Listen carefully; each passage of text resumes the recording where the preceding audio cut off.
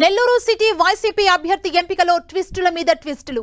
Sitting ఎమ్మెల్యేలను తప్పించాలని పట్టుబట్టిన MP Vemireddy Prabhakar Reddy తన మాట నెగ్గించుకుంటే కొత్తగా వచ్చేవారు ఎవరికైనా సరే సిట్టింగ్ ఎమ్మెల్యే మాజీ మంత్రి అనిల్ ఆశీస్సులు ఉండాల్సిందేనని కండిషన్ పెట్టడం ద్వారా ఎమ్మెల్యే ప్రాధాన్యం ఏమాత్రం తగ్గలేదని సంకేతాలిస్తోంది వైసీపీ అధిష్టానం.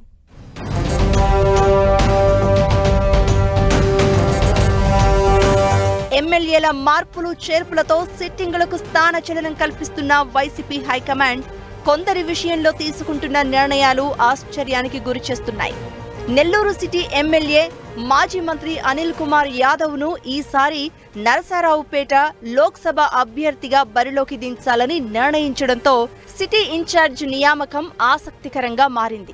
వాస్తవానికి 2 సార్లు ఎమ్మెల్యేగా నెగ్గిన అనిల్ మూడోసారి కూడా గెలిచి హ్యాట్రిక్ కొట్టాలని తహతహలాడారు. అయితే వైసీపీలో అంతర్గత పోరుతో ఆయన సీటు మారాల్సి వచ్చింది.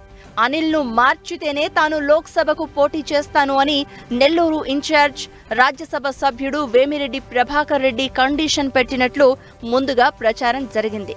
దీనికి సీఎం జగన్ తొలుత అంగీకరించకపోయినా నరసరావుపేట ఎంపీగా ఎవరిని నియమించాలనే తర్జన భర్జనలో అనిల్ కుమార్ పేరు అనూహ్యంగా తెరపైకి తేవడంతో నెల్లూరు సిటీని ఆయన వదులుకోవాల్సిన పరిస్థితి వచ్చింది.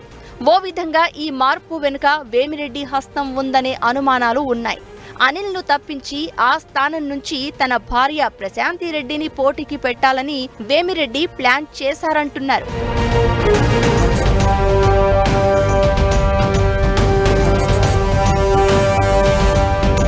అయితే వేమిరెడ్డి ఒకటి తలిస్తే వైసీపీ అధిష్టానం ఇంకోలా నిర్ణయం తీసుకుంది అంటున్నారు. సిటీ సీటును వేమిరెడ్డి భార్య ప్రశాంతి రెడ్డితో పాటు ఎమ్మెల్సీ చంద్రశేఖర్ రెడ్డి ఆశిస్తున్నారు. ఈ ఇద్దరిలో ఎవరికి ఎమ్మెల్యే అనిల్ కుమార్ యాదవ్ మద్దతు ఉంటుందో వారికే సీటు ఇవ్వాలని నిర్ణయించిందట వైసీపీ అగ్రనాయకత్వం. దీంతో సిటీ నుంచి అనిల్ ను మార్చినా ఆయన ప్రాధాన్యం మాత్రం ఏమాత్రం తగ్గలేదనే సంకేతాలు ఇచ్చినట్లయింది.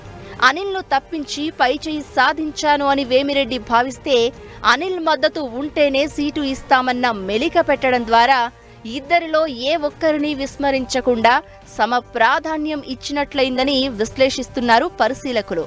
నెల్లూరు సిటీ నుంచి టీడీపీ అభ్యర్థిగా మాజీ మంత్రి నారాయణ పోటీ చేయనున్నారు. ఆయన ఇప్పటికే నెల్లూరులో విస్తృతంగా ప్రచారం చేస్తున్నారు.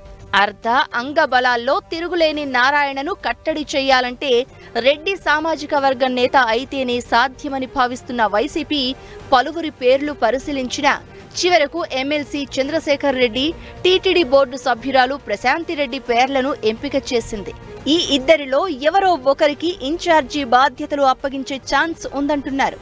ఈ ఇద్దరిలో ఎవరైనా వైసీపీకి ఓకే, కానీ ఎమ్మెల్యే అనిల్ ఎవరికి టిక్కు పెడతారు అనేది ఇంట్రెస్టింగ్ గా మారింది.